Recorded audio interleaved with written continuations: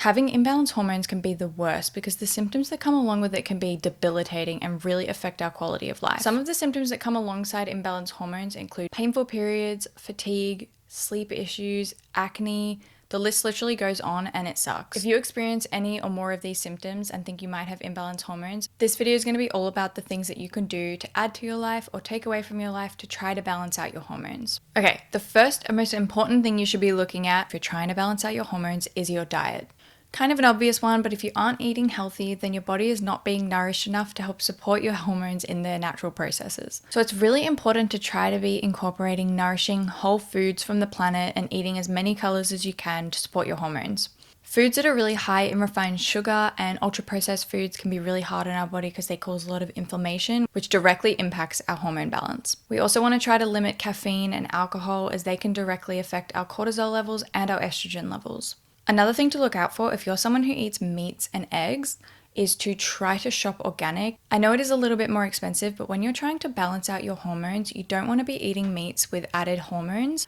A lot of the time the meats that we buy do have added hormones, so if we're trying to balance out our own hormones, we don't want to be adding in excess ones from external sources. Okay, the next thing to be conscious of or start to build an awareness around is the products that we use. So our skin literally absorbs every chemical we put on it. If we don't become a little bit more aware of the ingredients that we use, they could be a direct disruption to our endocrine system, also known as the hormone system. So starting to choose products that are a little bit more natural and have less ingredients and less chemicals in them can do wonders for our hormones. I personally use an app called Yuka, which I'll link below. I'm not affiliated or anything, but I use it to scan the products that I use just to check what's in it, what's not, what I should be looking out for. And it makes it so much easier and less stressful than trying to figure out what ingredients I should remember to stay away from versus not. And all around has given me so much more education around the ingredients that I should be avoiding. I feel like there is a little bit of resistance from people to move to natural beauty because typically it's not as fun. Like if you go to a Sephora or a Mecca and you find like the cute stuff that smells good and it looks cool, it's like often that's the stuff that has all of the yucky ingredients in it. But I have found so many amazing skincare brands that still have like a luxurious feel to them but don't have any nasties in them that affect your body or the planet. And I'm going to make a video all about that stuff, so stay tuned for that. Adding to that, hormone disruptors exist in so many things that we use every single day. They could be hiding in our cleaning products, they're in our candles, they're in our clothing, they're in our hair care. It's not to be a Debbie Downer, but every time you run out of a product, maybe instead of purchasing one that you know does have those chemicals, you just choose an option that has less. It's definitely a progressive thing that takes time, so don't rush into it. It's okay, but just be aware of it. Okay, the next thing is exercise, and particularly focusing on low impact exercises.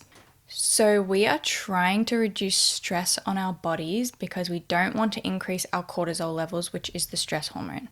Workouts like really long runs, high intensity interval training, circuit training, and exercises like that can be really intense on the body, especially as a woman.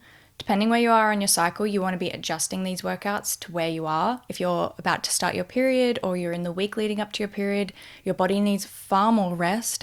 Syncing your workouts to your cycle is also another great way to support your hormones. If you're between your late luteal to your period cycle, you really want to be taking it easy and doing things like yoga and Pilates and long walking so that your body doesn't have that cortisol spike when you're exercising. Okay, the next thing I think is really important to help your hormones is fixing your circadian rhythm. Fixing your circadian rhythm can do wonders for balancing your hormones naturally. Your circadian rhythm is directly linked to your hormone production. If it's out of whack, it can cause increased cortisol levels and issues with melatonin levels.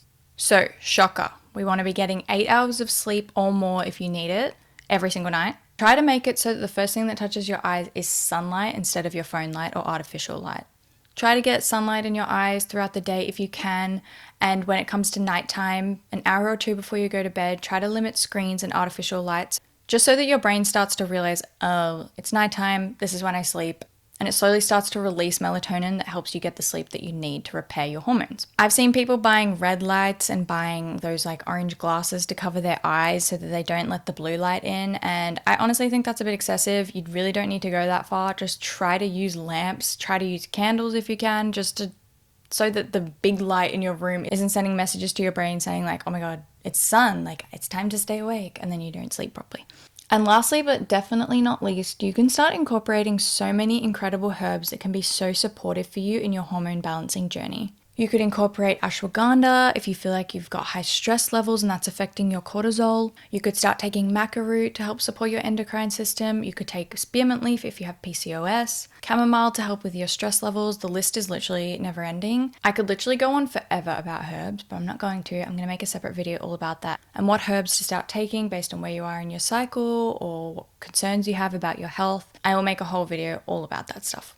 I also made a little cheat sheet, like a free download for you guys that has a list of herbs that you can take based on where you're at in your cycle. It's linked in the description if you want to download it. It's completely free. I just thought it would be helpful for you guys if you're new to this stuff and you're not sure really where to start. You can refer to that if you need to. Okay. That's it for this video. I really hope it was helpful. If you have any questions or need support or anything, let me know in the comments below and I'll get back to you as soon as I can. Thank you so much for watching and I'm really looking forward to the next video. Bye guys.